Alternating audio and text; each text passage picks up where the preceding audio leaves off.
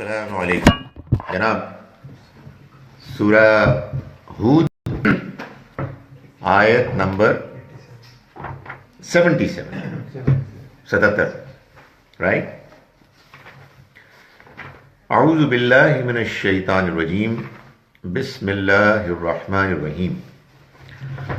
ولما جاءت رسلنا لوطا، جب آئے ہمارے فرشتے لوط کے پاس، سیء بہم وضاق بہم ذرعا، تو وہ رنجیدہ ہوئے اور ان کا دل تنگ ہوا.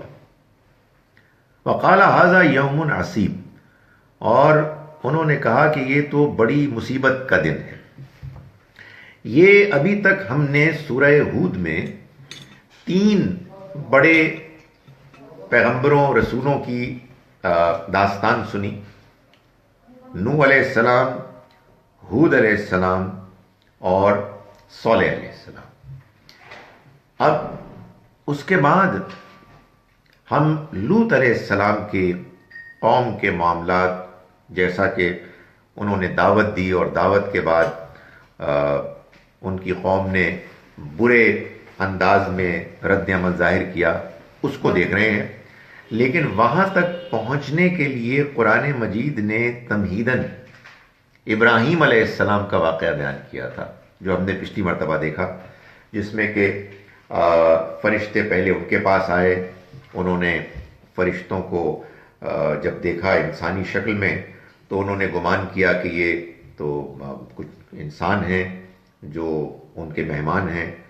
ان کی مہمان نوازی کی انہوں نے آفر کی، انہوں نے کھانا نہیں کھایا، وہ پریشان ہوئے، اور پھر اس کے بعد انہوں نے خوشخبری دی ان کو. اور پھر وہ جو اللہ تعالیٰ نے بیان فرمایا کہ ابراہیم نے ہمارے ساتھ لوط کی قوم کے بارے میں مباحثہ کیا جب ان کو یہ معلوم ہوا کہ ان پر عذاب آنے والا ہے.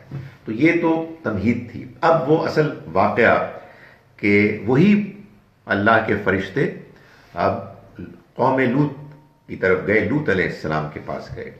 تو فرمایا کہ اور جب آئے ہمارے رسول، یہ لفظ رسول جو ہے ہمارے ہاں تو اب ایک اصطلاح بن گیا ہے اللہ کے ان پیغمبروں کے لیے، نبیوں کے لیے کہ جو رسالت کا منصب لے کر آتے ہیں، اور جب وہ آتے ہیں تو پھر یہ بات طے ہو جاتی ہے کہ ان کی قوم کے اوپر اللہ کا عذاب آئے گا اگر قوم نے انکار کر دیا. اور ابھی انہی رسولوں میں سے لوط علیہ السلام ایک رسول ہیں کہ جن کا واقعہ، جن کی داستان بیان ہو رہی ہے. مگر اس لفظ کا مطلب تو ہے پیغام پہنچانے والا، وہ کہ جو پیغام کو آگے منتقل کرے. اور اس پہلو سے یہ لفظ قرآن مجید میں جا بجا اللہ کے فرشتوں کے لیے بھی استعمال ہوا ہے. تو یہاں اس آیت میں یہ اسی مفہوم میں استعمال ہوا ہے کہ جب آئے ہمارے فرشتے لوط کے پاس، تو لوط علیہ السلام نے جب انہیں دیکھا تو بہت رنجیدہ ہوئے اور ان کا دل تنگ ہوا اور کہنے لگے کہ یہ تو بڑی مصیبت کا دن ہے. آگے کی آیات یہ واضح کر رہی ہیں کہ اس کی وجہ یہ بنی کہ یہ فرشتے خوبصورت نوجوانوں کی شکل میں آئے تھے اور ان کی قوم اس بیماری میں مبتلا تھی، اخلاقی گندگی کی، کہ جس میں وہ مرد کے جو اس میں رہتے تھے وہ ان کی طرف مائل ہوئے، جس کا ظاہر ہے کہ خدشہ لوط علیہ السلام نے فوراً محسوس کر لیا جیسے ہی وہ ان کے گھر آئے. ایک تو یہ کہ وہ اجنبی تھے، ان کے مہمان تھے، اور پھر ان کو یہ احساس ہوا کہ یہ تو میری قوم کے لوگ جتنی بیماری میں مبتلا ہو گئے ہیں وہ ان کو نہیں چھوڑیں گے. ظاہر ہے کہ خدا تعالیٰ کی بھی جب آزمائش ہوتی ہے تو اس آزمائش میں یہ پہلو ہوتا ہے کہ انسان کو اگر اپنے کردار کو ٹھیک کرنا ہے تو یا تو وہ انہی ٹیمپٹیشنز میں کہ جن میں وہ ابھی تک ناکام رہا ہے کامیاب ہو کے دکھائے، اور اللہ کی طرف سے معافی درگزر کا مستحق بنے، یا پھر اس میں مزید آگے بڑھ کر اپنے آپ کو تباہ و برباد کرنے کے لیے حوالے کر دے۔ اللہ کی اس طرح کی آزمائشوں کی بعض اوقات یہی نوعیت ہوتی ہے۔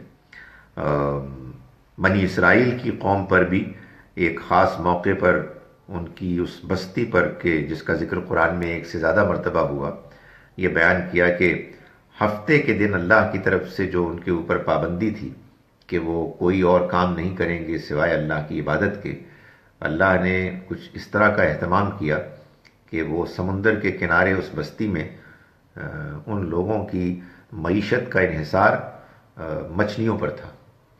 خوراک بھی ان کے لیے وہ سب سے بڑی تھی، لیکن ہفتے کے بقیہ دن مچھلی نہیں آتی تھی، ہفتے کے روز اچھل اچھل کے آتی اور ان کے لیے امتحان ہوتا۔ یہی بات قرآن مجید نے بیان کی ہے سورہ مائدہ میں کہ اللہ نے پابندی عائد کی احرام کی حالت میں کہ آپ شکار نہیں کر سکتے، خشکی کا شکار، اور اللہ تعالیٰ نے یہ بھی فرمایا کہ میں تمہیں آزماؤں گا، یعنی تمہارے نیزوں کے سامنے تمہارے ہاتھوں کے قریب وہ شکار ہوگا، لیکن چونکہ تم احرام میں ہو تم وہ شکار نہیں کر سکتے۔ یہ ایک مشکل آزمائش ہوتی ہے، لیکن ظاہر ہے کہ اگر انسان نے زندگی کا ایک دور گزارا ہے کہ جس میں وہ غلط کاموں میں ملوث رہا ہے اور اسے اب اس کو اپنے آپ کو نکالنا ہے، تو بہرحال اسے فائٹ تو کرنا ہوگا اور اپنے آپ کو کم سے کم جتنی ایک انسان کے اندر سکت ہو سکتی ہے بچنے کی کوشش کی، وہ تو بہرحال کرنی ہوگی۔ تو یہ اللہ تعالیٰ نے قوم لوط کو اس آزمائش میں مبتلا کیا۔ وَجَاءَهُ قَوْمُهُ يُهْرَعُونَ إِلَيْهِ، معلوم ہوتا ہے کہ جو لوط علیہ السلام نے جس چیز کا اندیشہ کیا وہ فوراً ہی پورا ہو گیا، یعنی ان کے قوم کے لوگ بے اختیار دوڑتے ہوئے ان کے پاس آ پہنچے۔ یعنی انہوں نے جب یہ دیکھا کہ یہ خوبرو لڑکے ان کے پاس آئے ہوئے ہیں، کہاں سے آئے ہیں ان کو یہ تو نہیں معلوم تھا، لیکن وہ جو ان کی طبیعت کا فساد تھا اس کے نتیجے میں وہ ان کی طرف دوڑتے ہوئے آئے۔ قال، اور فرمایا کہ وَمِن قبل كانوا يعملون السیئات، اور وہ اس سے پہلے اسی طرح کی برائیوں میں مبتلا تھے، ایسے ہی برے اعمال کیا کرتے تھے۔ قال یا قومی، انہوں نے کہا کہ اے میری قوم کے لوگوں، ہؤلاء بناتی، یہ میری بیٹیاں ہیں، ہن اطہر لکم، یہ تمہارے لیے زیادہ پاکیزہ ہیں، فاتقوا اللہ ولا تخزونی فی ضیفی، اور ڈرو اللہ سے اور تم مجھے میرے مہمانوں کے بارے میں رسوا نہ کرو۔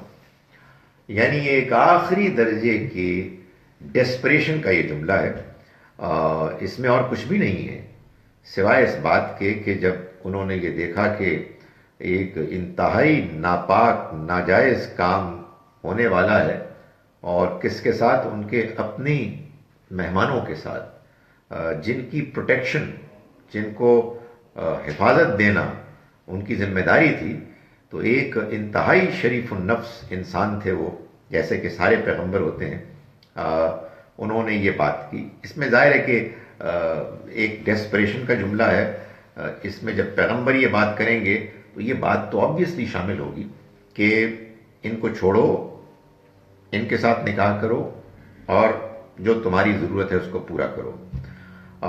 یہ بات ہم اس سے پہلے دیکھ چکے ہیں اور ہم نے اسی کلاس میں اس کو ڈسکس بھی کیا تھا کہ پیغمبر جہاں اللہ سے بہت ڈرنے والے سارے کے سارے تھے، وہاں انسانوں کے ساتھ بھی بے انتہا محبت کرنے والے، ہمدردی رکھنے والے ہوا کرتے تھے، خاص طور پر ان کے ساتھ کہ جن کے ساتھ ان کا کوئی اخلاقی تعلق بنتا تھا۔ والدین کے لیے دعا کرنا ہم نے ڈسکس کیا تھا، اولاد کے لیے دعا کرنا، اگرچہ کہ یہ بات سامنے آ گئی کہ وہ اللہ کی پکڑ میں کی زد میں آ گئے ہیں، لیکن اس کے باوجود وہ دعا کرتے تھے۔ یہ بھی انہی کے اعلیٰ ترین اس کردار کا ایک پہلو ہے کہ انہوں نے جب یہ محسوس کیا کہ اب ان کی قوم کے لوگوں کا فساد طبیعت اتنا آگے بڑھ چکا ہے کہ ان کے گھر میں آئے ہوئے ان کے مہمان ان کی زد سے بچنے والے نہیں ہیں، تو جو آخری کوئی ایک اس معاملے میں وہ اہتمام کر سکتے تھے، کچھ چارہ کر سکتے تھے، وہ بھی انہوں نے کر لیا کہ بھائی یہ ہیں میری بیٹیاں، تمہارے لیے پاکیزہ ہیں، یعنی تم ان کے ساتھ نکاح کر کے اپنی ضرورت پوری کر سکتے ہو، یہ کیا گھٹیا حرکت کر رہے ہو تم، اس سے بچو، اللہ سے ڈرو اور مجھے میرے مہمانوں کے معاملے میں ذلیل مت کرو۔ الیس منکم رجل رشید، اور کیا تمہارے اندر کوئی ایک بھی شریف آدمی، بھلا آدمی نہیں ہے؟ یہ کیا غضب ہے کہ یہ معاملہ ہو رہا ہے، یہ طوفان بدتمیزی ہے کہ جو امٹ کر چلا آ رہا ہے، کوئی بھی نہیں ہے۔ یعنی ظاہر ہے کہ اس میں بھی آپ دیکھیں ان کے اندر جو ایک ڈیسپریشن ہے، ان کے اندر جو صورتحال میں گھرنے کے بعد ایک مایوسی کی کیفیت ہے کہ واٹ از گوئنگ آن، ہوتا نا آدمی بالکل بے اختیار جو پکار اٹھتا ہے کہ کیا کر رہے ہو تم، یہ تو یہ اس طرح کی چیز ہے۔ قالو، انہوں نے کہا، لقد علمت ما لنا فی بناتک من حق، تمہیں معلوم ہے اچھی طرح سے کہ تمہاری بیٹیوں پر ہمارا کوئی حق نہیں ہے۔ وَإِنَّكَ لَتَعْلَمُ مَا نُرِيدُ، اور تم اچھی طرح سے جانتے ہو کہ ہم کیا چاہتے ہیں، یعنی اس معاملے میں یہ اس طرح کی باتیں کرنے کی کوئی ضرورت نہیں، تم کو معلوم ہے کہ ہمارے معاملات کیا ہیں، ہماری دلچسپیاں کیا ہیں، ہماری خواہشات کیا ہیں، اور جس مقصد کے لیے ہم تمہارے گھر میں آئے ہیں وہ مقصد بالکل واضح ہے۔ قَالَ لَوْ أَنَّ لِي بِكُمْ قُوَّةً، لوط علیہ السلام نے فرمایا کہ لو ان لی، اے کاش کہ میرے لیے ہوتا، بکم تمہارے مقابلے میں ہوتی، قوتاً کوئی طاقت، او آوی الی رکن شدید، یا میں کسی مضبوط سہارے کی پناہ لے سکتا، کوئی ایسی صورتحال ہوتی۔ اللہ تعالیٰ کا بھی بڑا عجیب معاملہ ہے، خاص طور پر پیغمبروں کے معاملے میں، شاید اور اچھے نیک لوگوں کے معاملے میں بھی بعض اوقات یہ ہوتا ہو کہ جب صورتحال پریشانی، ٹینشن کی، مخالفت کی اپنی آخری حد کو پہنچ جائے کہ جس کے بعد اگر مزید انسان آزمائش میں پڑے تو شاید وہ بالکل ہی مایوس ہو جائے، اللہ تعالیٰ اس موقع پر معلوم ہوتا ہے کہ اپنی مدد کو بھیجتے ہیں اور اطمینان کا بندوبست کرتے ہیں، اطمینان کا پیغام پہنچاتے ہیں۔ تو یہی موقع تھا جب اس حد تک جا کے لوط علیہ السلام نے ہر طرح کا جتن کر لیا، کوشش کر لی، اور معلوم ہوا کہ کسی قسم کا کہیں سے کوئی ان کو نظر نہیں آ رہا امید کا امکان۔ تو اس موقع پر فرشتوں نے کہا، قالو یا لوط، اے لوط، انا رسول ربک، ہم تمہارے رب کے بھیجے ہوئے ہیں، یعنی تم پریشان نہ ہو ہمارے معاملے میں، تم اس خدشے کو نہ محسوس کرو کہ یہ ہمارا کچھ بگاڑ سکیں گے، ہم فرشتے ہیں، ہم تمہارے رب کی طرف سے بھیجے گئے ہیں۔ لن یصلوا الیک، یہ تمہاری طرف، تمہارے قریب نہیں آ سکیں گے، تمہاری طرف نہیں بڑھ سکیں گے۔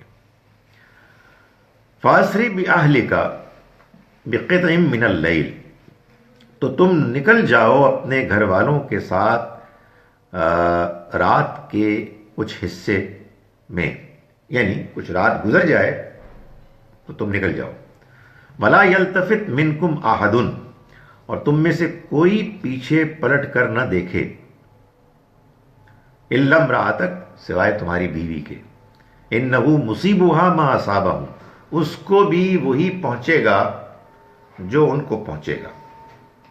ان موعدہم الصبح، اور ان کا جو وعدہ ہے ان کے ساتھ وہ صبح کے وقت کا ہے، یعنی ان پر عذاب صبح کے وقت آئے گا۔ اور فرمایا کہ الیس الصبح بقریب، اور کیا صبح قریب نہیں ہے؟ آخر کیوں پریشان ہو رہے ہو؟ صبح کے ہوتے ہوئے، اس کے آنے پر یہ عذاب آ جائے گا۔ لوط علیہ السلام کے بارے میں یہ بات تو میں پہلے بتا چکا کہ وہ ابراہیم علیہ السلام کے بھتیجے تھے. چنانچہ یہ جو قوم کے پاس وہ گئے، اس قوم میں وہ ایک آؤٹ سائڈر تھے، مگر یہ بات معلوم ہوتی ہے قرآن مجید کے اشارات سے کہ ان کی بیوی لوکل تھی. تو چنانچہ وہ گویا کہ وہاں کے بزرگوں کے، وہاں کے وہ داماد بنے اور اس طرح سے وہ قوم کا حصہ بن گئے. یہ تقریباً وہی ایک تعلق ہے کہ جو مثال کے طور پر موسیٰ علیہ السلام کا تھا فرعون کی قوم کے ساتھ. اگرچہ کہ وہ فرعون کی قوم قبطی تو نہیں تھے، مگر بنی اسرائیل کے ہونے کی وجہ سے وہ وہاں آباد ہو گئے اور پھر ان کو یہ موقع مل گیا کہ وہ ان کے سامنے اللہ کا پیغام پیش کریں.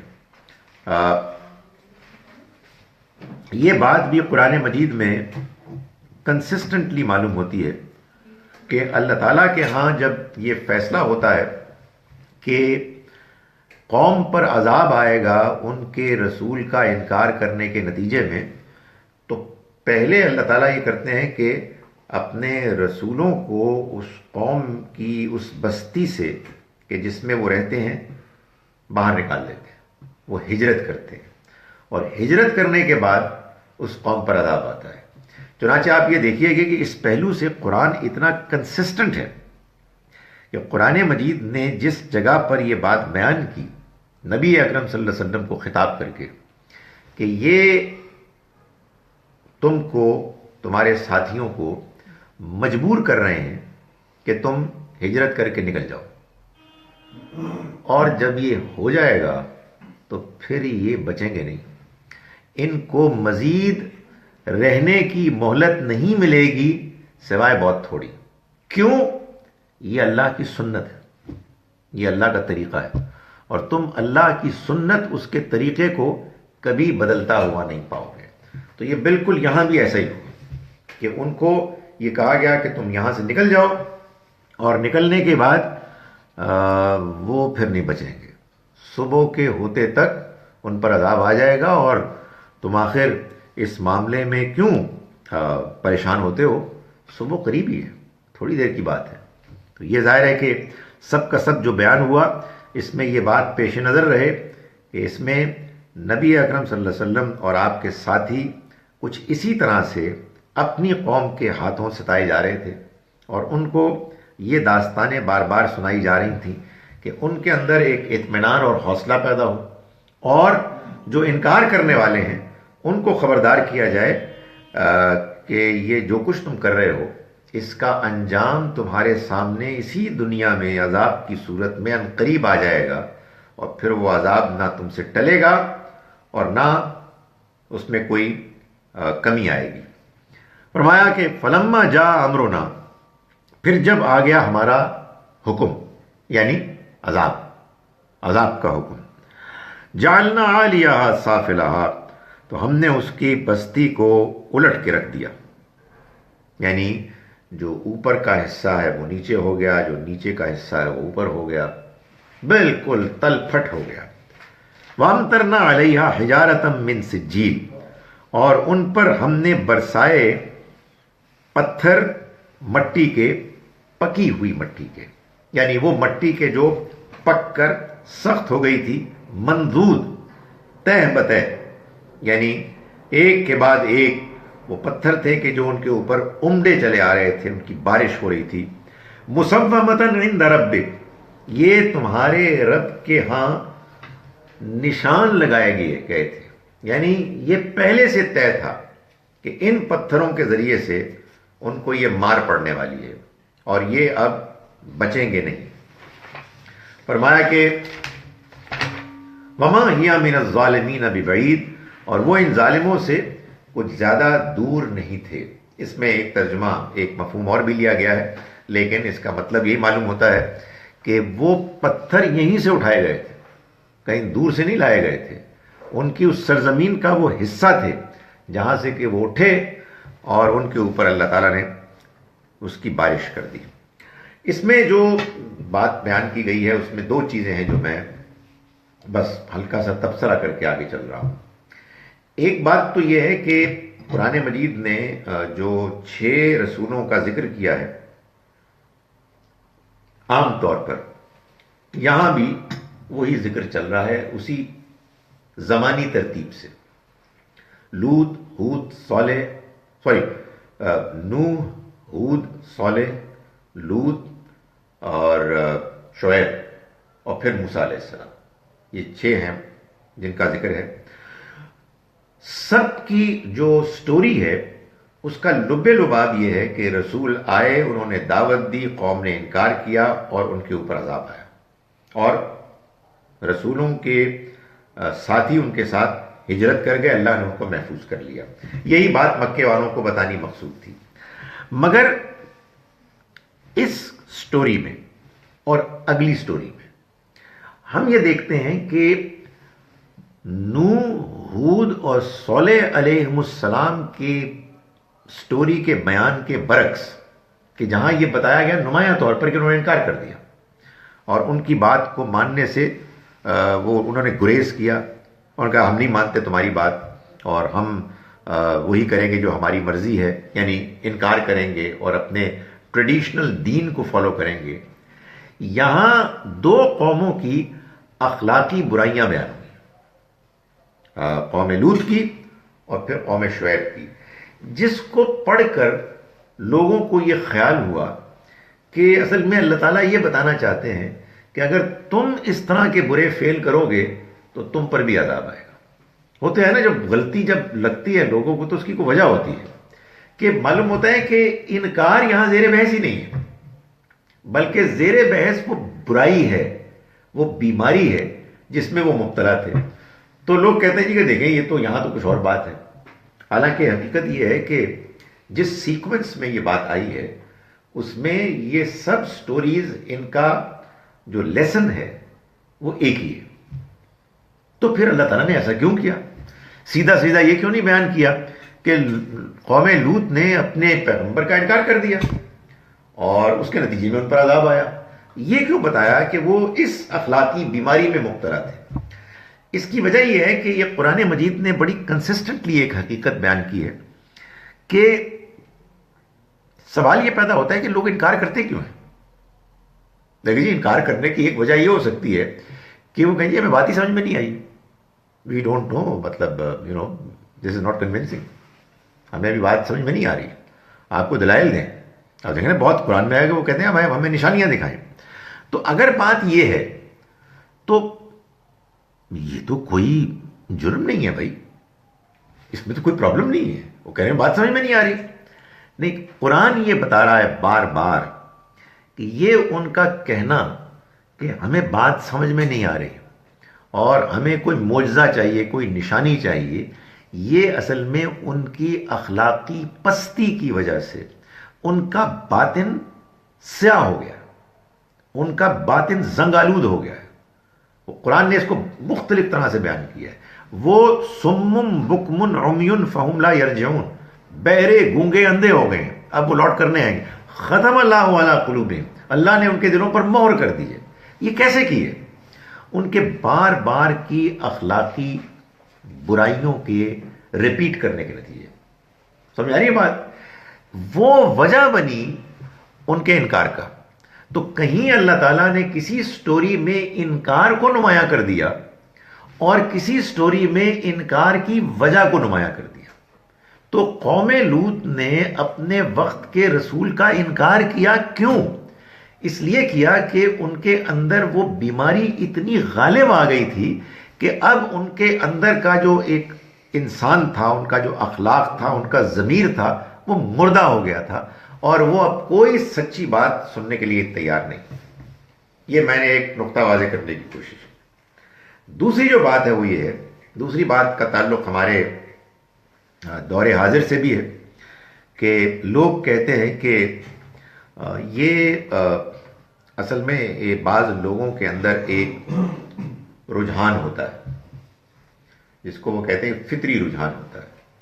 تو جب کسی کے اندر کوئی فطری رجحان ہو تو بھلا اس کا اصول کیا ہے؟ قرآن مجید اس بارے میں بالکل واضح ہے. آپ نے دیکھا ہے وہ ڈائلاگ جو ہیں ان میں وہ بھی ایک کم وقت کہہ رہے تھے یہ آپ کو معلوم ہے کہ ہماری آپ کی بیٹیوں کے ساتھ کوئی تعلق نہیں ہے, وی آر ناٹ انٹرسٹڈ, ہمارا تو سیدھا سیدھا جو پرابلم ہے یو نو اٹ. تو وہ مطلب اگر آپ اس کو ذرا تھوڑی سی ماڈرن سائنٹیفک زبان میں بولیں تو یہ کہیں گے کہ یو نو اس, ہم انٹرسٹڈ نہیں ہیں. تو آج بھی لوگ یہی کہتے ہیں. اچھا تھوڑی دیر کے لیے مان لیے, میں اول تو ظاہر ہے اس پہ تحقیق ہونی چاہیے, اور تحقیق کس طرح سے کسی بات کو نقطے کو آخری حد تک یقینی طور پر اسٹیبلش کرے گی, بڑا مشکل ہے. تھوڑی دیر کے لیے مان لیجئے کہ بعض ایسے لوگ ہوتے ہوں گے, تو اس سے کیا یہ عمل صحیح ہو جائے گا کہ کسی کے اندر بہت بڑھا ہوا رجحان ہے, اور اس کے اندر جو فطرت کے انداز میں جو ایک نیچرل جو ایک انکلینیشن ہوتی ہے اپوزٹ جینڈر کی طرف وہ نہیں ہے, تو اس سے کیا وہ برا عمل ٹھیک ہو جائے گا؟ ایک آدمی کے اندر مثال کے طور پر غصہ بہت ہے, اور وہ غصے میں طیش میں آئے لوگوں کو مارتا ہے اور قتل کر دیتا ہے, تو پھر مان لینا چاہیے نا کہ یہ عمل ٹھیک ہی ہے. اور کسی کو خواتین کے معاملے میں بہت زیادہ بیماری ہے, اور وہ جہاں جاتا ہے اپنی طرف سے اپنا منہ مارتا ہے, تو اس کو بھی ٹھیک مان لینا چاہیے. تو یہ کوئی جسٹیفیکیشن نہیں ہے. آپ زیادہ سے زیادہ یہ کہہ سکتے ہیں کہ جو شخص جرم کرتا ہے وہ اللہ کے ہاں اپنے حالات, اپنی کمزوری کی بنیاد پر کچھ الاؤنس پالے گا.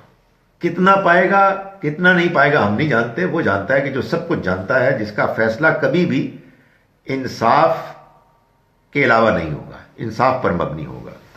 اور یہ ایک حقیقت ہے کہ جو لوگ اس بیماری میں ملوث ہوتے ہیں ان میں سے بہت سے ایسے ہوتے ہیں کہ جو اپنے اس رجحان سے پہلے خود سے غلط کاریوں میں مبتلا ہوتے ہیں, اور پھر دھیرے دھیرے ان کے اندر یہ رجحان بڑھتا ہے, اور اس کو اپنی فطرت میں جاننے کے باوجود کہ یہ غلط ہے وہ کیے چلے جاتے ہیں.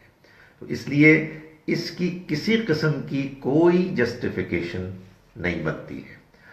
ویسٹ میں جب اس کو وہ پروموٹ کرتے ہیں تو ویسٹ بعض دوسرے اخلاقی معاملات کے معاملے میں جہاں بہت آگے ہے, اس میں وہ بہت گر گیا, اور انسانی آزادی اور اس آزادی میں جنسی بے راہ روی جبکہ وہ کنسنٹ کے ساتھ ہو, یہ ان کے ہاں اب ایک نارم بن گیا ہے کہ اس میں کوئی پرابلم نہیں ہے. تو ظاہر ہے کہ ان کو پھر اس میں کیا پرابلم ہوگی؟ ان کے لیے تو اصل مسئلہ یہ ہے کہ آپ کے اندر ایک خواہش پیدا ہوئی ہے, اس خواہش کو پورا کرنے کے لیے اگر آپ کو ایک فریق ثانی چاہیے ہے, اور وہ فریق ثانی اپنی کنسنٹ سے آپ کے ساتھ یہ معاملہ کرتا ہے, تو بس بات ختم ہو گئی. زیادہ سے زیادہ ایک پرابلم ہے کہ اگر کوئی آدمی میرڈ ہے تو وہ بے وفائی نہ کرے, وہ بھی اب ایک رجحان ایسا ہے کہ جس میں خرابیاں اور آگے بڑھتی جا رہی ہیں. سو ان کے ہاں یہ پرابلم جو ہے نا وہ ایز سچ پرابلم ہی نہیں ہے. ہمارے ہاں صورتحال یہ ہے کہ یہ بالکل فطرت کے خلاف ہے. یہ وہ برائی ہے کہ جس کے لیے اللہ تعالیٰ نے انسان کے اندر یہ چیز رکھی ہوئی ہے کہ اس کو اس کے قریب بھی نہیں جانا ہے. اگر انسان اس طرح کے معاملات کو کرے گا تو انسانی نسل آگے بڑھنے سے رک جائے گی, خاندانی نظام کا ستیہ ناش ہو جائے گا, انسان کے جذبات جو ہوتے ہیں محبت کے, وفاداری کے, غیرت کے, وہ ختم ہو جائیں گے. اور پھر ظاہر ہے کہ وہ نظام کے جو اللہ تعالیٰ چاہتے ہیں کہ اس دنیا میں صالح صاف نظام ہو, وہ باقی نہیں رہے گا. جی سر, یہ ابھی میں دیکھ رہا تھا کہ ایک سعودی کے مولانا صاحب ہیں مفتی, وہ محترمہ کے ساتھ تھے یا جو بھی خاتون تھی بیٹھے ہوئے, وہ درس یہ دے رہے تھے کہ یہ حلال ویلنٹائنس ڈے حلال ہے جی وہ, لیکن اس کا مجھے اس پہ اعتراض نہیں ہے ویلنٹائن ڈے پہ. مجھے یہ ہے کہ اس میں جو ان میرڈ بچے جا رہے ہیں اور جو اس کا کانسیپٹ دوسرے ملکوں میں لیا جاتا ہے وہ تو بالکل کلیئر ہے, یو نو اٹ. جی بالکل صحیح کہہ رہے ہیں آپ. نہیں میرا دیکھیں بات یہ ہے کہ اب اس طرح کے معاملات میں دو طرح کے رجحانات ہوتے ہیں. ایک وہ رجحان کہ جس میں معلوم ہوتا ہے کہ ہر چیز جو نئی ہے وہ ناجائز ہے، اور دوسرا یہ ہے کہ کوئی مسئلہ ہی نہیں ہے۔ میرا خیال ہے کہ ہم کو اس کو بڑے کیئرفلی ڈیل کرنا چاہیے، اور یہ بتانا چاہیے کہ ہماری حدود کیا ہیں، اور لڑکے اور لڑکی، مرد اور عورت، نامحرم آپس میں تنہا اور بے تکلفی کے ساتھ تعلقات اور کمیونیکیشن یہ ہمارے ہاں الاؤڈ نہیں ہے، اور یہ بات ہم کو سمجھانی چاہیے، یہ بات ہمیں پہنچانی چاہیے۔ باقی جو بڑے ہوئے رجحان کو، جو نئی ڈیولپمنٹس ہیں، ان کو کرٹیسائز کرنا جبکہ آپ کے پاس اس کی کوئی بیسس نہیں ہے، کوئی ریلیجس بیسس نہیں ہے، اصل میں ایک لڑائی میں اپنے آپ کو پہلے سے ایک ڈیفیٹ کے اس میں کیٹیگری میں آپ کی اس کو پھول پیش کر دینا اپنے وہ اور چیز، ہم کو ابھی بھاگ لے کے پرابلم کو ایڈریس کرنا چاہیے۔ سر یہ کلاس کے بعد وہ مجھے پہلے بھی لوگ کہتے ہیں کہ درمیان میں کیا ہوتا ہے، ایک اس کے مطابق ہی تھا، وہ کہتے ہیں آواز نہیں آتی، وہ کہتے ہیں آواز ہی نہیں آتی۔ ادھر اب آئندہ آپ آئیں گے، ادھر آئیں گے۔ وَإِلَىٰ مَدْيَنَ أَخَاهُمْ شُعَيْبًا، وزن میں وہ آپ تو بھی ہے نا، مجھے ان کو بعد میں فیس کرنا پڑتا ہے۔ وَإِلَىٰ مَدْيَنَ أَخَاهُمْ شُعَيْبًا، اور مدین کی طرف ہم نے بھیجا ان کے بھائی شعیب کو۔ یہ اب سورہ ہود میں یہ ترتیب ایسی چل رہی ہے، یعنی زمانی ترتیب، کرونالوجیکل۔ شعیب علیہ السلام جس بستی میں گئے مدین میں، کہتے ہیں کہ وہ ابراہیم علیہ السلام کے ایک بیٹے مدین یا مدیان، ان کی آباد کی ہوئی بستی تھی، اور انہی کے نام پر یہ چلی۔ چنانچہ یہ بائی اینڈ لارج ابراہیم علیہ السلام کی اولادی تھی کہ جو یہاں آباد ہوئی۔ قال یا قوم اعبدوا اللہ، انہوں نے کہا کہ اے میری قوم کے لوگوں، اللہ کی عبادت کرو۔ ما لکم من الہ غیرہ، تمہارے لیے کوئی معبود نہیں اس کے سوا۔ ولا تنقصوا المکیال والمیزان، اور دیکھو تم ناپ اور تول میں کمی مت کرو۔ انی اراکم بخیر، میں تمہیں اچھے حالات میں دیکھ رہا ہوں۔ وانی اخاف علیکم عذاب یوم محیط، مگر میں اندیشہ رکھتا ہوں تمہارے بارے میں ایک ایسے دن کے عذاب کا کہ جو گھیر لے گا، محیط ہو جائے گا۔ یہ اگین وہی بات جو میں نے ابھی لوط علیہ السلام کی قوم کے بارے میں کی۔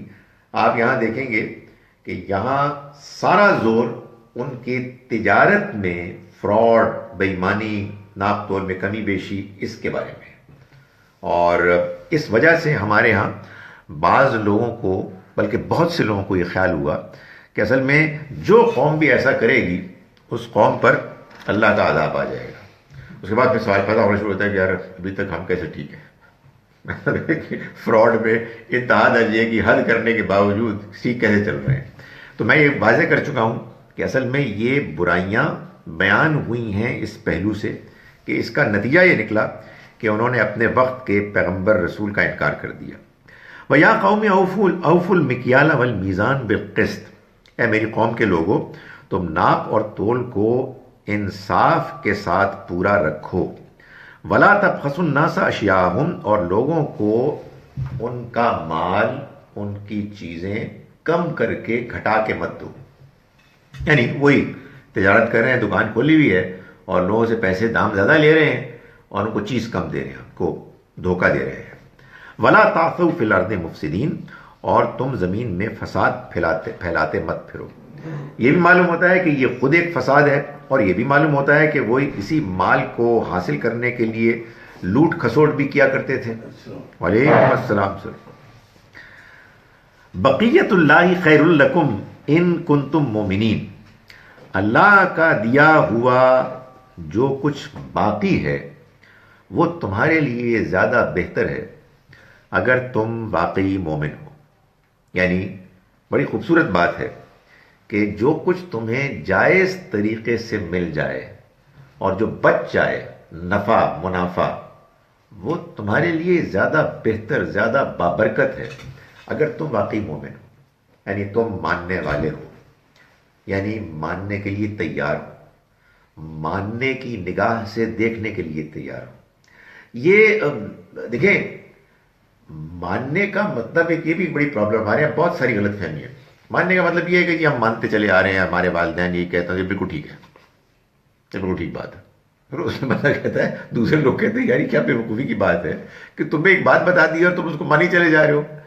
قرآن مجید جب اس کو بات بیان کرتا ہے تو اس کا مطلب یہ ہوتا ہے کہ بھائی تم جو سچائی تمہارے سامنے آتی ہے اس کو تم دیکھنے کے لیے، اس کو قبول کرنے کے لیے تیار ہو تو تمہیں بات سمجھ میں آ جائے گی. کیا تم نہیں جانتے دیکھتے، کیا تم نے تجربہ نہیں کیا، کیا تم نے دوسروں کے کیسز میں نہیں دیکھا جو دیانتدار لوگ ہیں کہ وہ بظاہر تم سے کم کماتے ہیں لیکن ان کے حالات بہتر ہیں، ان کی زندگیاں اچھی ہیں، ان کے اندر اطمینان ہے. تم جو کچھ کماتے ہو اس کے بعد تم دیکھتے نہیں ہو کہ ضائع ہو جاتا ہے، کبھی آگ لگ جاتی ہے، کبھی کچھ کیڑا لگ جاتا ہے، کبھی گھر میں جھگڑا ہو جاتا ہے، کبھی کوئی مار کٹائی شروع ہو جاتی ہے.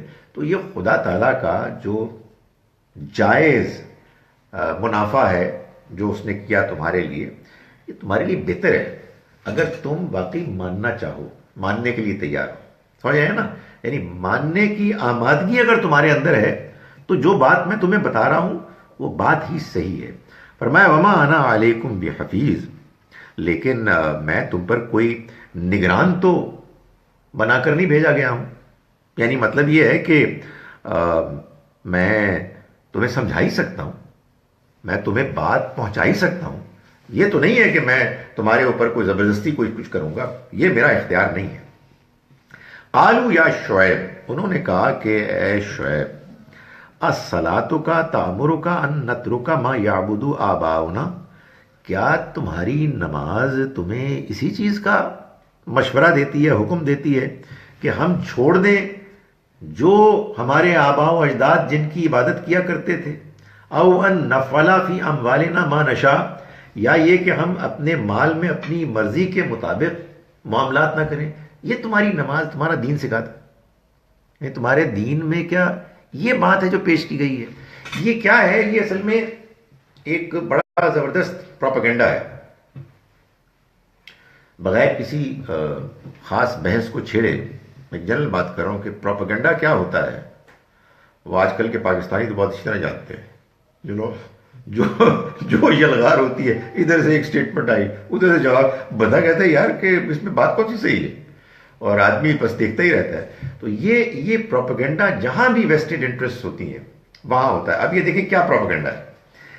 یعنی ظاہر ہے کہ شعیب علیہ السلام ایک انتہا درجے کے نیک آدمی تھے، اللہ کی عبادت کرتے تھے. تو اب یہ بات جو لوگ کرتا دھرتا تھے، لیڈرز تھے، ان کو یہ معلوم تھی کہ یہ لوگ سارے نوجوان اچھے ادھر کھنچ کے چلے جائیں گے ان کی نیکی کو دیکھ کے. تو انہوں نے ٹارگٹ ہی نیکی کو کیا کہ یہ کیا پڑھ رہے ہو یار، مطلب یہ تمہاری جو نماز ہے، تمہاری دینداری یہ بتا رہی ہے کہ ہم اپنی ٹریڈیشنز کو، اپنے آباء و اجداد کو چھوڑ دیں، اور اپنا جو ہمارا بزنس چل رہا ہے، ہمارا جو کاروبار زندگی چل رہا ہے، اچھے ہمارے حالات ہیں، یہ سب ہم چھوڑ دیں. واٹ از دس؟ سو یہ ایک، یعنی اس کو کہتے ہیں نا کہ سوچی سمجھی ٹارگیٹڈ ایک اپروچ تھی کہ جس کو انہوں نے اختیار کیا. حملہ آور ہوئے ان پہ کہ یہ تم کو یہ نماز تمہاری مشورہ دیتی ہے. انک لانت الحلیم الرشید، یہ بھی ظاہر ہے کہ ایک بڑا تنزیہ ان کا انداز ہے کہ بس تم ہی ایک ایسے آدمی ہو کہ جو سمجھدار ہو اور شریف ہو، اور تم ہی رہ گئے ہو. یعنی مطلب یہ ہے کہ تمہارے خیال میں جو کچھ تم یہ کہہ رہے ہو، جو بھی ہمارے آباء و اجداد ہیں وہ تو سارے ہی بالکل بیوقوف تھے نا، گمراہ تھے، اور تم ہو کہ جو اب سب سے زیادہ سمجھدار آدمی ہو اور سب سے زیادہ نیک آدمی ہو. تو یہ ظاہر ہے کہ ایک بڑا زوردار قسم کا طنز ہے کہ out of the entire world تم ایک بندے ہو یا بڑے زبردست آدمی ہو. تو یہ ظاہر ہے محسوس کیا ہوگا کہ یار ساری پارٹی جا رہی ہے، کچھ بھی نہیں رہ جائے گا ہمارا، تو اب کچھ کرو ڈیسپریٹلی تاکہ ان کی بڑھتی ہوئی پاپولیرٹی کا خاتمہ ہو. قال یا قومی، انہوں نے کہا کہ اے میری قوم کے لوگوں، ارأیتم ان کنت علی بینۃ، ذرا تم نے کبھی سوچا، یہ تم نے کبھی اس بات کو پر غور کیا کہ ان کنت علی بینۃ، کہ اگر میں تھا ایک روشنی پر، ایک واضح دلیل پر، من ربی، اپنے رب کی طرف سے، وَرَزَقَنِي مِنْهُ رِزْقًا حَسَنًا، اور پھر اس نے مجھے ایک اچھا رزق دیا، یعنی وحی کی صورت میں۔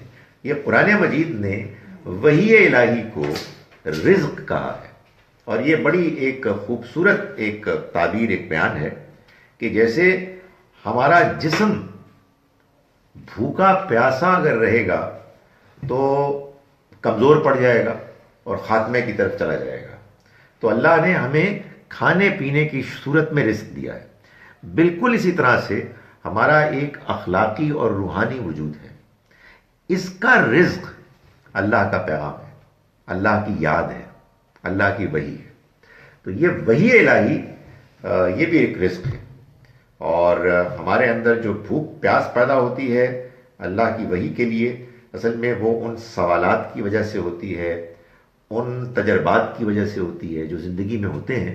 آدمی کہتا ہے کہ یار یہ کیا ہو گیا، یہ جھوٹے لوگ جو ہیں یہ ٹھیک ہو رہے ہیں، کامیاب جا رہے ہیں، کمزور لوگ مارے جا رہے ہیں، بندے مر رہے ہیں، یہ موت کیا چیز ہے، میرے اندر ایک حص ہے اخلاقی، وہ کچھ کہہ رہی ہے، دنیا میں کچھ اور ہے، واٹ از گوئنگ آن۔ سو یہ انسان کے اندر ایک بے چینی پیدا ہوتی ہے، یہ بے چینی ہے جو اصل میں بھوک ہے، پیاس ہے، اور اس کے لیے جو غذا ہے، جو رزق ہے، وہ اللہ کی وحی ہے۔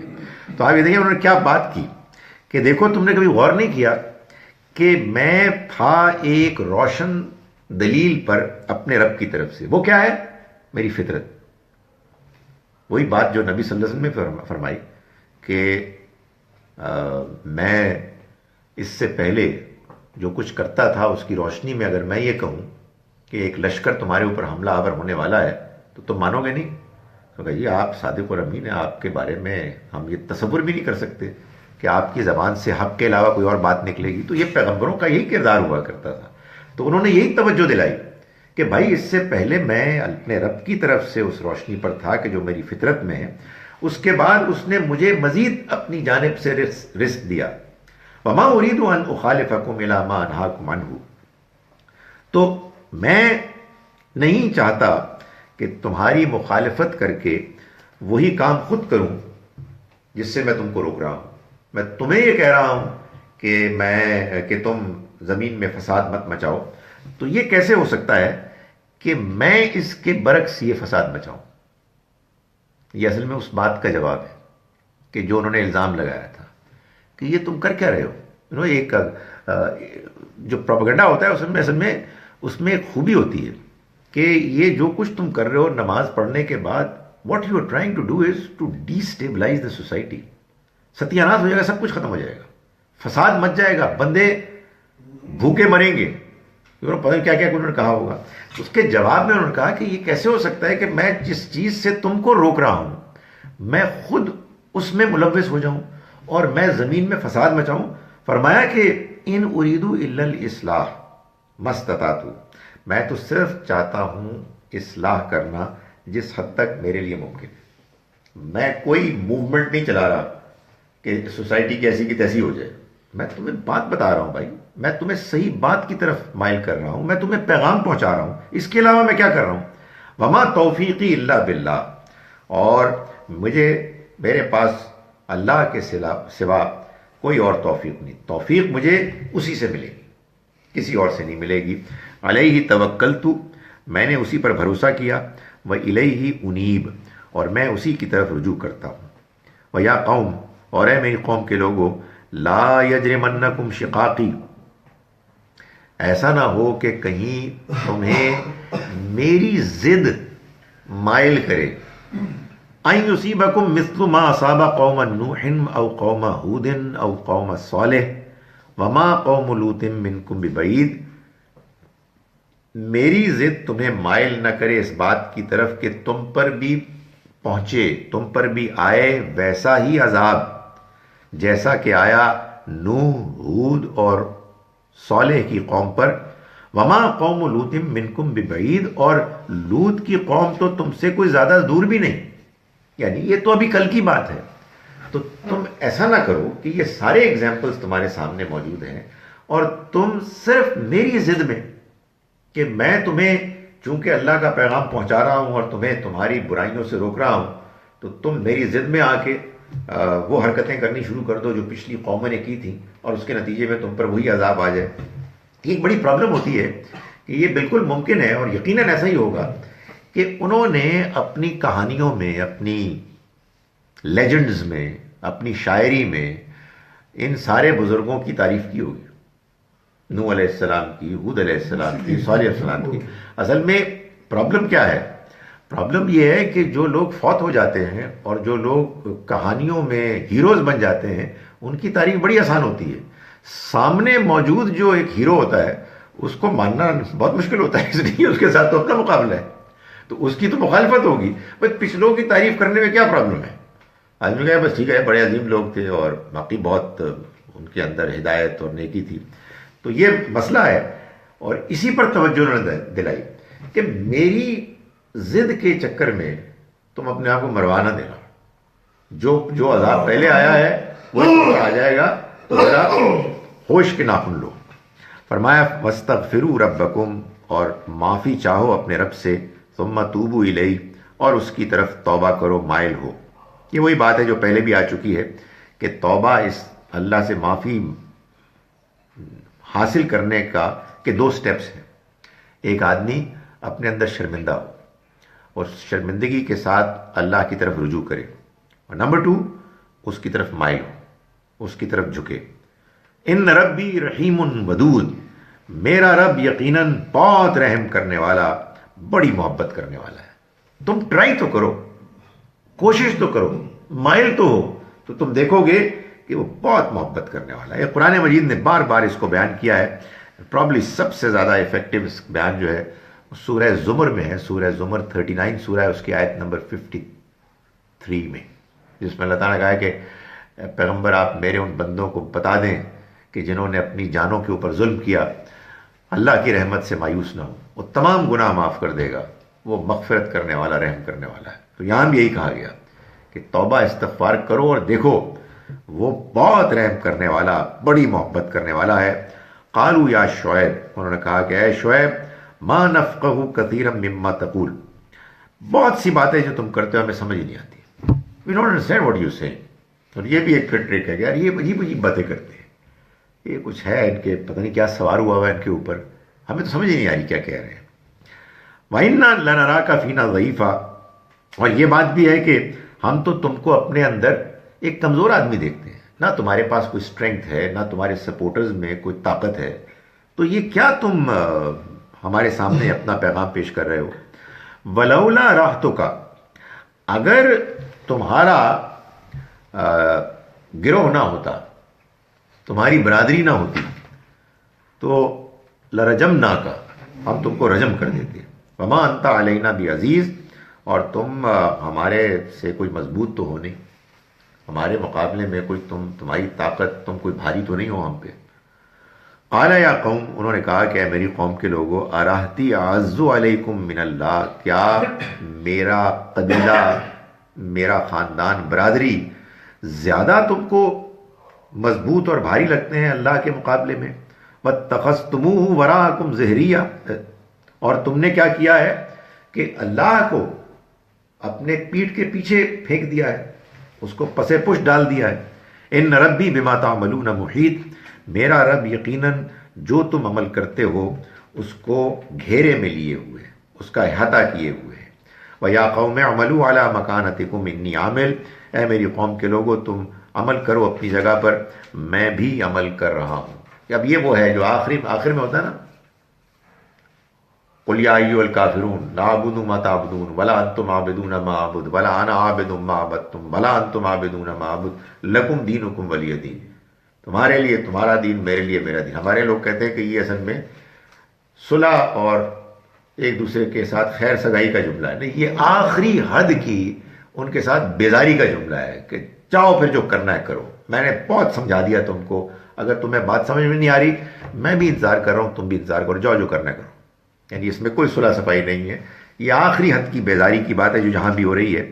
سوف تعلمون، قریب تم جان لو گے، من یاتیہ عذاب یخزیہ، کہ کون ہے کہ جس کو آئے گا وہ عذاب کہ جو اس کو رسوا کر دے گا. ومن ہوا کاذب، اور کون ہے کہ جو جھوٹا ہے، وارتقبوا انی معکم رقیب، تم انتظار کرو میں بھی تمہارے ساتھ انتظار کر رہا ہوں۔ فلما جاء امرنا، اور جب آ گیا ہمارا حکم، نجینا شعیبا والذین آمنوا معہ، تو ہم نے نجات دی شعیب کو اور لوگوں کو کہ جو ان کے ساتھ تھے، ایمان لائے تھے جو ان کے ساتھ، برحمت منا، اپنی رحمت سے، وَأَخَذَتِ الَّذِينَ ظَلَمُوا الصَّيْحَةُ، اور پکڑ لیا ان لوگوں کو کہ جنہوں نے اپنی جانوں پر ظلم کیا، ایک کڑک نے، فَأَصْبَحُوا فِي دِيَارِهِمْ جَاثِمِينَ، تو وہ اپنے گھروں میں اوندھے پڑ گئے، الٹے گر پڑ گئے، كَأَن لَّمْ يَغْنَوْا فِيهَا، ایسا لگتا تھا کہ گویا کہ وہ کبھی اس میں بسے ہی نہیں۔ أَلَا بُعْدًا لِّمَدْيَنَ، جان لو کہ مدین والے ان پر پھٹکار ہوئی، وہ دھتکار دیے گئے، کما بعدت ثمود، اسی طرح جیسے کہ ثمود دھتکار دیے گئے۔ میں ایک مرتبہ ان آیات کو جو آج ہم نے پڑھی ہیں اس کا ترجمہ پھر کر رہا ہوں۔ آیت نمبر 77 سے ہم نے آج کا سبق شروع کیا۔ بسم اللہ الرحمن الرحیم۔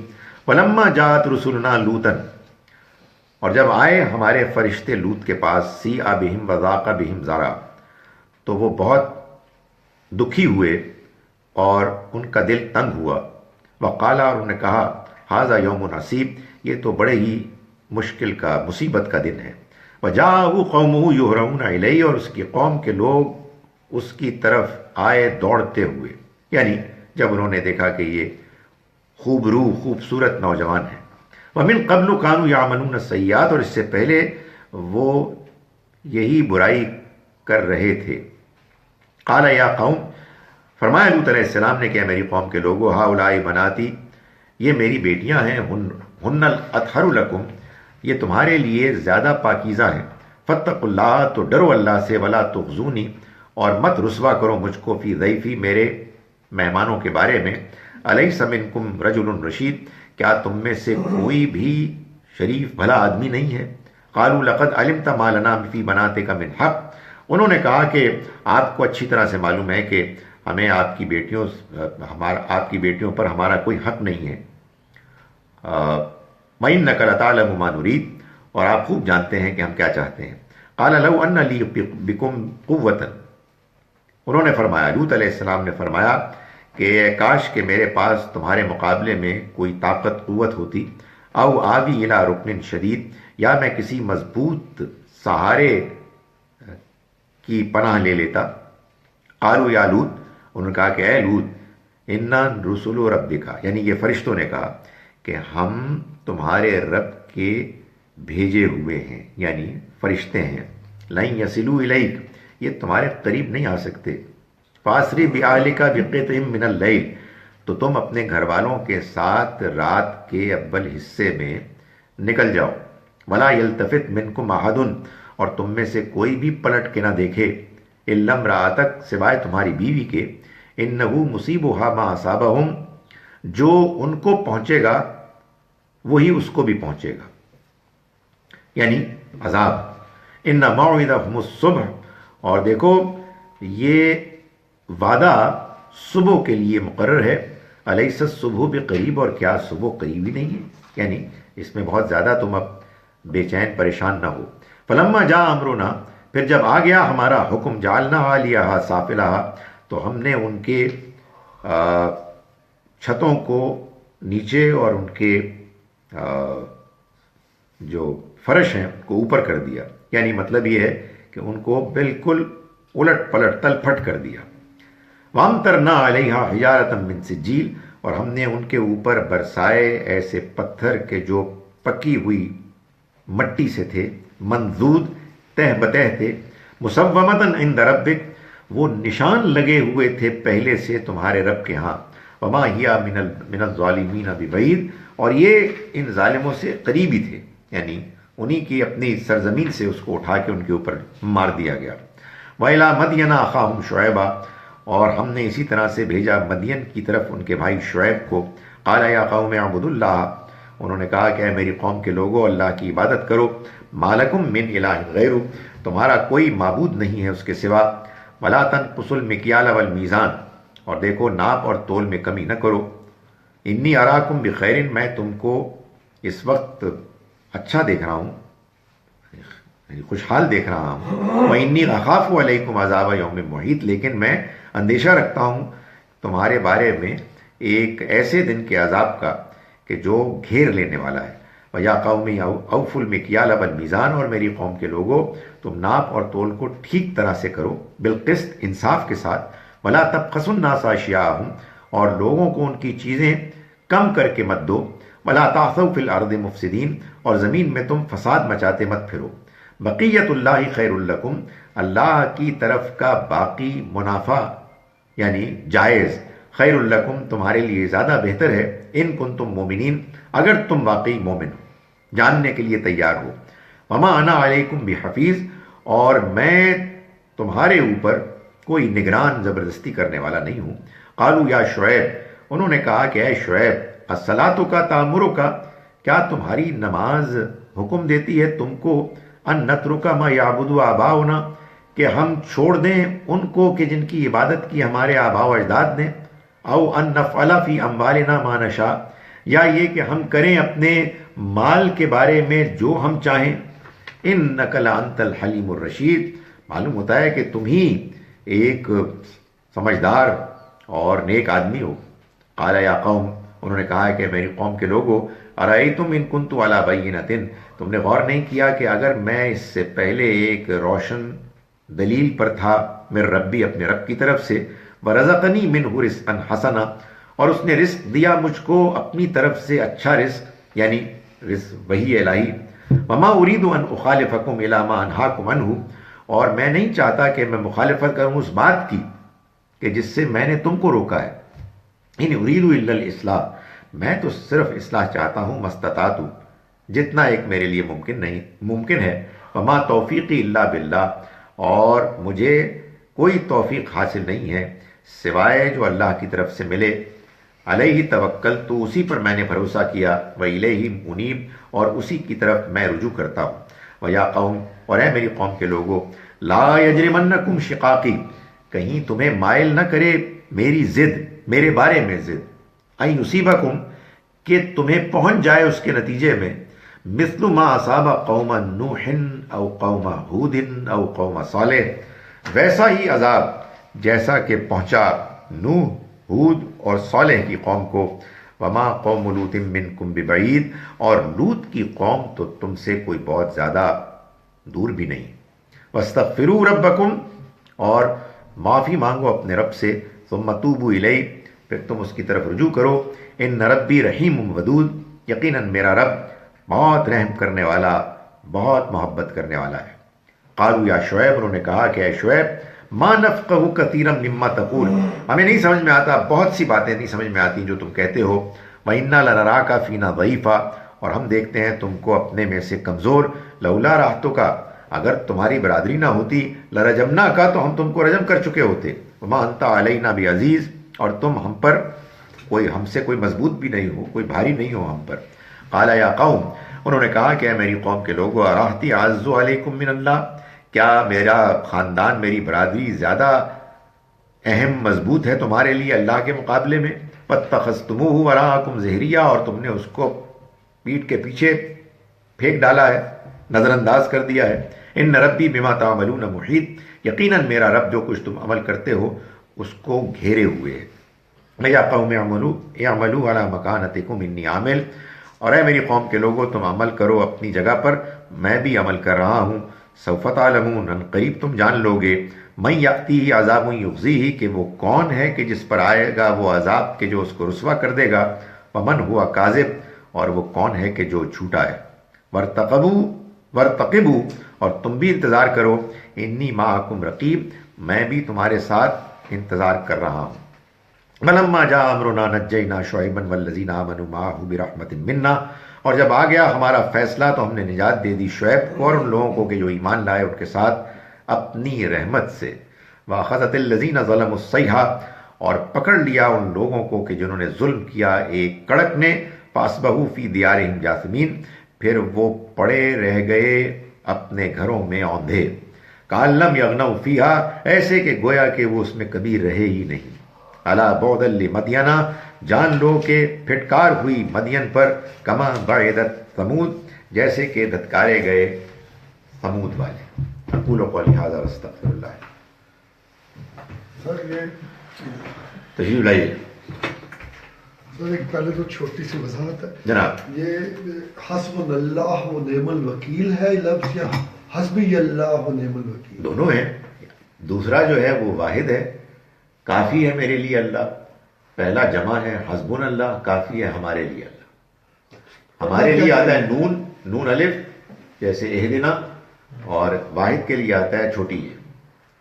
پڑھنا کیا چاہیے؟ دیکھیں، بعض اوقات آدمی کا یہ موڈ ہوتا ہے کہ وہ اپنے گھر والوں کو، اپنے متعلقین کو شامل کرے، اور بعض اوقات آدمی بالکل اس موڈ میں ہوتا ہے کہ پرسنل اللہ تعالیٰ کے ساتھ تعلق کا اظہار کرے. تو میرا خیال ہے کہ اس کا تعلق اس چیز سے ہے کہ آپ کس موڈ میں ہیں. دونوں کا ایک حسین امتزاج ہونا چاہیے. سیاسی جواب ہے. تو کل میں نے دونوں ہی پڑھے. بہت اچھا کیا آپ نے میرے مشورے سے پہلے ہی سیاست شروع کر دی. اچھا، دوسری سر چیز یہ ہے کہ پھر کل ایک بہت ٹی وی پہ دکھا رہے تھے کہ ابو دھابی کے جو بھی ان کے وہ محترم ہیں، انہوں نے مندر کا افتتاح کیا، اور اس میں انہوں نے جا کے سب سے پہلے شروعات بسم اللہ کے بجائے کاف اوپر رام، جے رام نہیں، اس کی جیسے ہم نے کہا نا شروع کرتا ہوں اس طرح ہی وہ رام پتہ نہیں کیا. اور پھر اینڈ میں انہوں نے بیچ میں ایک یہ لفظ بھی بولا کہ ٹالرنس کی، ریلیجیس ٹالرنس اپنی جگہ پہ، لیکن یہ کہہ کہ آپ کسی بت کو تو اپنا یا ان کو تو وہ نہیں بنا سکتے. جے شری رام، انہوں نے کہا تھا جے شری رام. دیکھیں، بات یہ ہے کہ جب کبھی بھی اس طرح کا کوئی معاملہ ہوگا تو ہمیں پوری وضاحت کے کلیئرٹی کے ساتھ یہ کہنا چاہیے کہ یہ غلط ہوا ہے. ایک مسلمان اس طرح کا کلمہ نہیں بول سکتا. ہم اپنے ان بھائیوں کو کہ جو ہم سے مختلف مذہب عقیدہ رکھتے ہیں، ہم ان کو ان کے مذہبی معاملات کو پورا کرنے کی اجازت دیتے ہیں، جتنی ایک اجازت ہمارے دین کے دائرے میں ممکن ہے.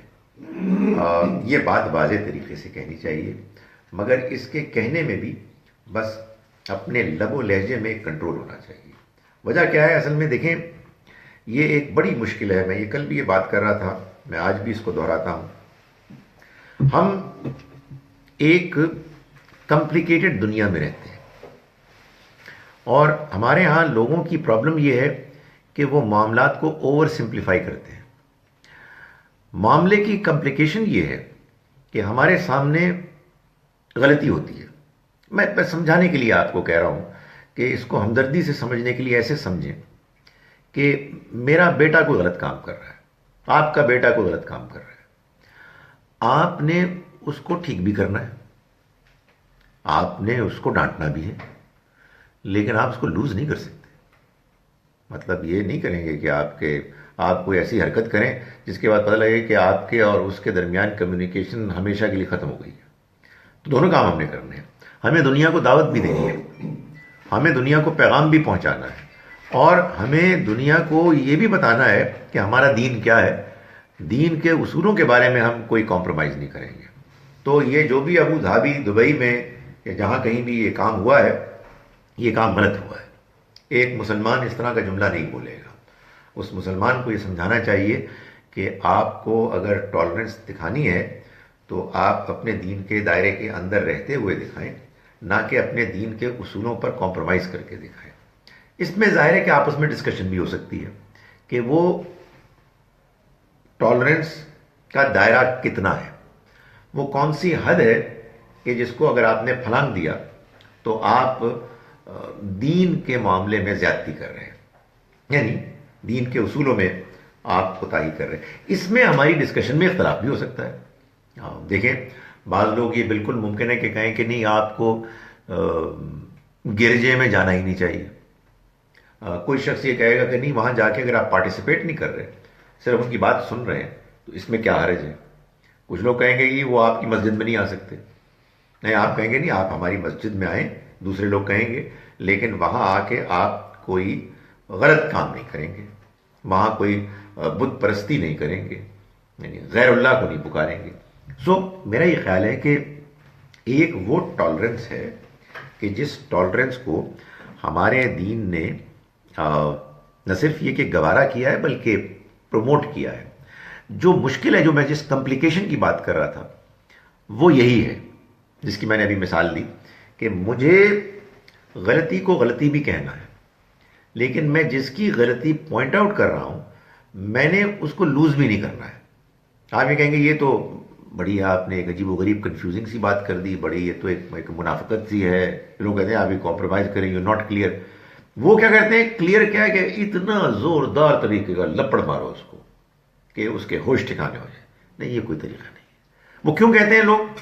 اس لیے کہتے ہیں کہ وہ یہ دیکھتے ہیں کہ اللہ کی کلام میں اور پیغمبروں کے اقدامات میں انہیں بعض سختیاں نظر آتی ہیں، وہ یہ بھول جاتے ہیں کہ ان سختیوں سے پہلے بہت سی نرمیاں بھی ہیں، اور اس بات کے لیے کوئی زحمت گوارا نہیں کی جاتی کہ یہ طے کیا جائے کہ سختی کب ہوتی ہے اور نرمی کب ہوتی ہے۔ اپنی جیب میں دونوں چیزیں ہیں، جہاں مرضی آئے آپ اٹھا کے سختی کر دیں۔ اس کے بارے میں ہم یہ گزارش کرتے ہیں کہ قرآن ایک بڑی کلیئر بات کرتا ہے کہ جب تک اللہ کے عذاب کا فیصلہ نہ آ جائے اس وقت تک آپ غلطی کو غلطی بھی کہیں گے اور دعوت بھی دیتے رہیں گے۔ یعنی یہ جو ایک کنٹرولڈ ہے نا، بیلنسڈ کام، یہ کوئی منافقت نہیں ہے، یہ کوئی باطل کے ساتھ کمپرومائز نہیں ہے، بلکہ یہ دین کا حکم ہے۔ میں یہ جانتا ہوں کہ حضرت عمر ایمان لانے سے پہلے دین کے مخالف تھے، تو میں یہ کیوں نہ سوچوں کہ میرے دین کی جو آج مخالفت کر رہا ہے وہ ایک پوٹینشلی عمر ہے، اس کو بات سمجھ میں نہیں آئی ہے۔ میں یہ لوگوں کو کہتا ہوں کہ آپ جن لوگوں کی مخالفت کرتے ہیں، چاہے مسلمانوں کے اندر ہوں چاہے مسلمانوں کے باہر ہوں، ان کے بعض جینون کنسرنز ہیں، یعنی دین کو جس طرح سے پیش کیا گیا ہے اس میں بعض لوگوں کو بات سمجھ میں نہیں آتی ہے۔ ہمیں کل بھی میں نے یہ بات کی تھی کہ ایک عورت ریپ ہوئی ہے، آپ کہتے ہیں کہ اس کی گواہی نہیں مانیں گے، بلکہ اس کو مانیں گے کہ اس نے خود ایک زنا کیا ہے جس کے بعد اب اس کو پکڑا جانا چاہیے۔ اس طرح کی بات کو کیسے مانا جا سکتا ہے؟ اور یہ بتایا جائے کہ یہ اس کتاب میں لکھا ہے جس کتاب کو اللہ کی کتاب کے طور پر پیش کیا جا رہا ہے۔ تو خدا کے واسطے یعنی بات یہ ہے کہ ہم کو اپنے گریبانوں میں جھانکنا چاہیے اور ہم کو پیغمبر کی جگہ پہ نہیں کھڑا ہونا چاہیے۔ ہم اپنی غلطیوں کو سمجھیں، ہر وقت صحیح بات کو ماننے کے لیے تیار ہو جائیں، دوسروں کو ہم دعوت دیں، ان کی غلطیاں پوائنٹ آؤٹ کریں، لیکن ایک بیلنس طریقے سے۔ میرا خیال ہے کہ یہ کام ہونا چاہیے اور ہر معاملے میں ایسا ہی ہونا چاہیے۔ ہم نے تو یہ اصل میں جو کچھ طریقہ اختیار کر لیا ہے اس میں معلوم یہ ہوتا ہے کہ لوگ یہ کہتے ہیں کہ یا آپ ادھر ہیں یا آپ ادھر ہیں، کوئی درمیان کی کوئی چیز نہیں ہوتی ہے، اور اگر آپ ہمارے ساتھ ہیں تو پھر آپ اپنے مخالفین کو برا بھلا کہیں، گالیاں دیں، گالیوں بھی مثالیں آ گئی ہیں سامنے، ماریں پٹائی کریں، یہی دین کا جذبہ اور دین کی غیرت کا تقاضا ہے۔ ہم سمجھتے ہیں کہ نہیں، ایسا نہیں ہے۔ یہ جو بات ابھی مثال پیش کی گئی ہے ابو ظبی کی، ایسا نہیں ہونا چاہیے، بلکہ سچی بات ہے۔ اس میں تو ایک اور بڑا کنسرن یہ بھی ہے، میں اس کے بارے میں کلیئر نہیں ہوں، میں مزید اس کو جاننا چاہوں گا کہ یہ بات ایک دین کا اصول ہے کہ عریبین پیننسلا میں کوئی دوسرا مذہبی کوئی بلڈنگ، عبادت گاہ نہیں ہو سکتی۔ یہ بات تو اپنی جگہ پہ اصولی طور پر طے ہے، اللہ تعالیٰ نے یہ فیصلہ سنا دیا ہے۔ کیا یہ دبئی ابو ظبی بھی اس میں شامل ہیں؟ بظاہر ایسا لگتا ہے کہ اسی میں شامل ہیں، ایسا ہی لگتا ہے، جزیرہ نما عرب ہے۔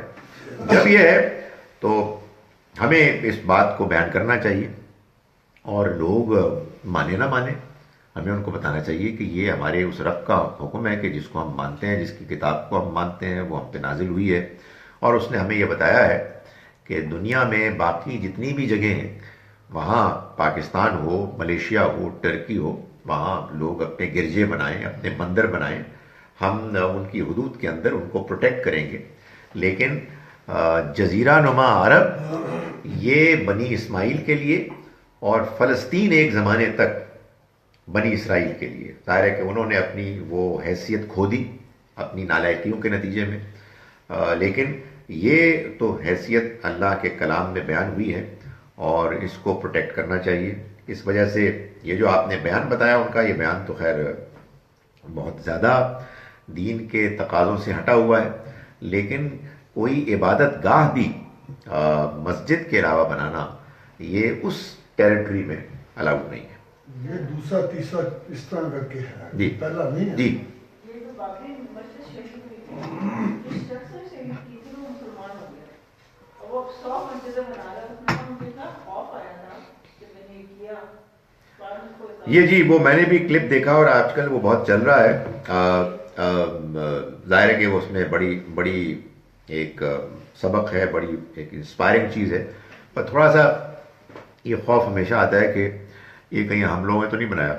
بس یہی میں بھی، یہ ہمارے لوگ نیکی کے معاملے میں ڈرامہ اور جھوٹ بولنے کے اتنے قائل ہیں. میں یہ نہیں کہہ رہا کہ اس معاملے میں ایسا ہوا ہے. میں نے ظاہر دل تو فوراً چاہتا ہے کہ اس کو دنیا میں پھیلا دیں، کہ بندہ کہتا ہے کہ کل پتہ لگے کہ یہ تو ہمارے اپنے اسٹوڈیو میں شاہنور اسٹوڈیو میں یہ ڈرامہ ہوا.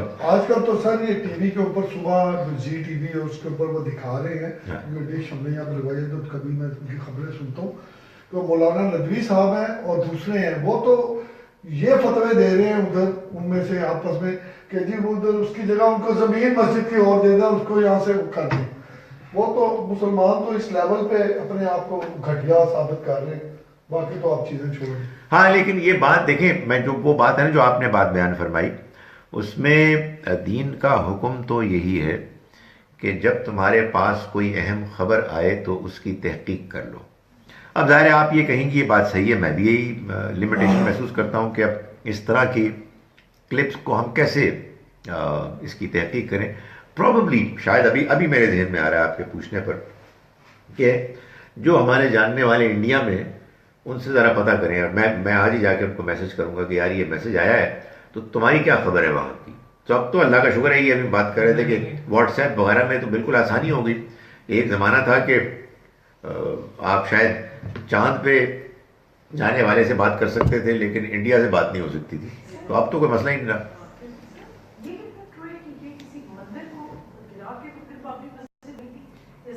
یہ ان کا کلیم ہے. دیکھیں بات یہ ہے کہ اس معاملے میں یہ بھی ایک بڑی اہم بات ہے اور آپ نے اچھی بات پوائنٹ آؤٹ کی. اس معاملے میں مسلمانوں کو یہ حکم دیا گیا ہے کہ وہ آخری حد تک انصاف کے مطابق فیصلہ کریں اور حق کی گواہی دیں، اگرچہ کہ اس کے نتیجے میں ان کے دشمن ہی کو کیوں فائدہ نہ ہو.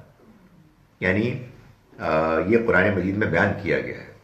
تو جو ابھی شعیب علیہ السلام کا یہ جملہ ہے نا، بالکل اسی طرح کا جملہ ہے. لا یجرمنکم شنان قوم اللہ تعدلوا، تمہیں کسی قوم کی دشمنی اس بات پر مائل نہ کرے کہ تم انصاف نہ کرو. اعدلوا هو اقرب للتقوی، انصاف کرو یہی تقوی کے قریب ترین ہے. غالباً سورہ مائدہ کی آیت نمبر 5 ہے یا 8 ہے.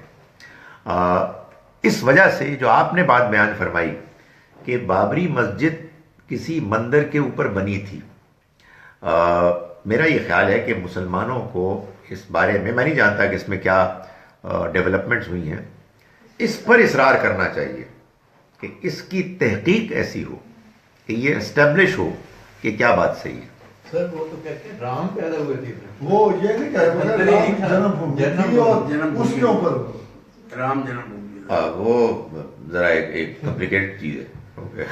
پیدا ہوئے تو اس سے کیا فرق پڑتا ہے. یہ تو آئی ایم شیور کہ مجھے نہیں معلوم ہے کہ اس کی کیا ڈیٹیلز ہیں، لیکن کسی ہندو جج نے ہی کوئی ایسا تبصرہ کیا تھا کہ اس کو اس نے ریجیکٹ کر دیا تھا کہ یہ کوئی بات نہیں، ہاں یو کی ناٹ پروو اٹ.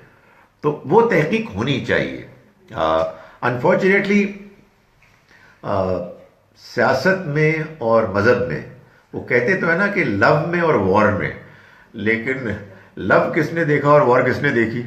سیاست میں اور مذہب میں جھوٹ، مکاری، دھوکہ لگتا ہے کہ بالکل جائز ہے، جس طرح سے بھی آپ کا الو سیدھا ہو سکتا ہے آپ کو اس کو کریں، مگر مسلمان کو جو حکم ہے وہ تو یہ ہے کہ آپ ہر حال میں سچ بولیں اور سچ کا ساتھ دیں، اور کبھی اگر کہیں کوئی اشتباہ پیدا ہو جائے، کوئی آپ کو ڈاؤٹ ہو جائے، تو آپ اس چیز پر زور دیں۔ دیکھیں، قرآن سے بار بار یہ بات معلوم ہوتی ہے کہ پیغمبروں کا انکار اس لیے جرم ہے، اس لیے جرم نہیں ہے کہ پیغمبر ٹریڈیشن میں ایک بہت قابل احترام ہستی ہیں۔ یہ اگین ایک اور پیچیدگی ہے، ٹریڈیشن کو تو پیغمبروں نے آگے توڑا ہے، کسی پیغمبروں نے جو دعوت دی ہے اس دعوت میں جو چیز مسمار ہوتی تھی وہ ٹریڈیشن ہوتی تھی۔ اب ہمارے لوگ کیا کر رہے ہیں کہ ٹریڈیشن کی بنیاد پر منوا رہے ہیں۔ قرآن اس پر اصرار کرتا ہے کہ یہ اصل میں اس لیے ماننا ضروری ہے کہ یہ حق ہے، اور حق جو ہے وہ گلے سے ہے اور قاف زوردار طریقے سے نکالنے سے نہیں پیدا ہوتا، آپ کو منوانا ہوتا ہے، آپ کو دکھانا ہوتا ہے اپنے قول سے، اپنے رویے سے، اپنے فیصلوں سے۔ تو مجھے نہیں سمجھ میں آتی کہ یہ ہم کیا چیز حاصل کر رہے ہیں کہ جیسے پولیٹیکل پارٹیز آپس میں لڑتی ہیں ایسے ہم مسلمان دوسروں سے لڑ رہے ہیں۔ ہمیں تو یہ کرنا چاہیے کہ یار اوکے، ہم تو حق کے علم بردار ہیں، تم یہ کہہ رہے ہو، اس کی انویسٹیگیشن ہونی چاہیے۔ مگر معلوم یہ ہوتا ہے کہ غصہ آخری درجے کا، سچی بات یہ ہے کہ مسلمانوں سے زیادہ غصہ کس کا ہوگا؟ یہ وہ معلوم ہوتا ہے کہ ہمارا ایک کیمپ ہے، اور اس کیمپ سے جو بھی مخالف ہے، مسلمان غیر مسلموں سے اور مسلمانوں کے اندر ہر فرقہ دوسرے فرقے سے، ہر اسکول آف تھاٹ دوسرے سے اسی طرح سے نبرد آزما ہے۔ چونکہ ہمارے فیس بک میں کچھ گڑبڑ ہے، گڑبڑ سے مراد یہ ہے کہ ہم فیس بک پہ جا تو رہے ہیں اور لائیو ہے، مگر میں نے پچھلے دنوں، غلطی تو میں نہیں کہتا، ایک فیصلہ کیا تھا کہ میں آئی فون سے سیمسنگ پہ آ رہا ہوں۔ یہ سیمسنگ کا اشتہار نہیں ہے، اس پہ مجھے پیسے ملیں گے، لیکن یہ ایک حقیقت ہے کہ میرے لیے وہ یوزر فرینڈلی ہے، لیکن اس کے نتیجے میں بعض چیزیں میں نے کھوئی ہیں جس کو کہ اب ہم ریسٹور کرنے کی کوشش کر رہے ہیں۔ مجھے امید ہے کہ انشاءاللہ کل ہمارے پاس فرائیڈے ہے، امید ہے کہ سیٹرڈے کی کلاس میں ہم وہ کر پائیں گے۔ تو وہ جو میرا ریگولر ہے جو فیس بک، مجھے تو استراحت بھی نہیں آتی، فیس بک پیج جس میں کہ عام طور پر آتا تھا، اس میں انشاءاللہ یہ کلاس آئے گی۔ لیکن دی گڈ تھنگ از کہ کل کا لیکچر بھی اور آج کا بھی سیو ہو جائے گا، جب ہو جائیں گے تو پھر ان کو ہم اپلوڈ کر دیں گے۔ ہوا ہے لیکن کہیں اور ہوا ہے، یعنی یہ دنیا کے کس حصے میں ہوا ہے مجھے نہیں پتا، لیکن یہ ہے کمال، کچھ سمجھ میں نہیں آتا۔ چلیں، استغفر اللہ لی ولکم ولسائر۔ یاد کر رہے تھے، میں نے ڈاکٹر صاحب سے بھی ذکر کیا، یار یہ تو پتہ نہیں ہو رہا، ہم آپ کا گھر چھوڑ گئے ہیں، ایک نیا رپورٹ ہے۔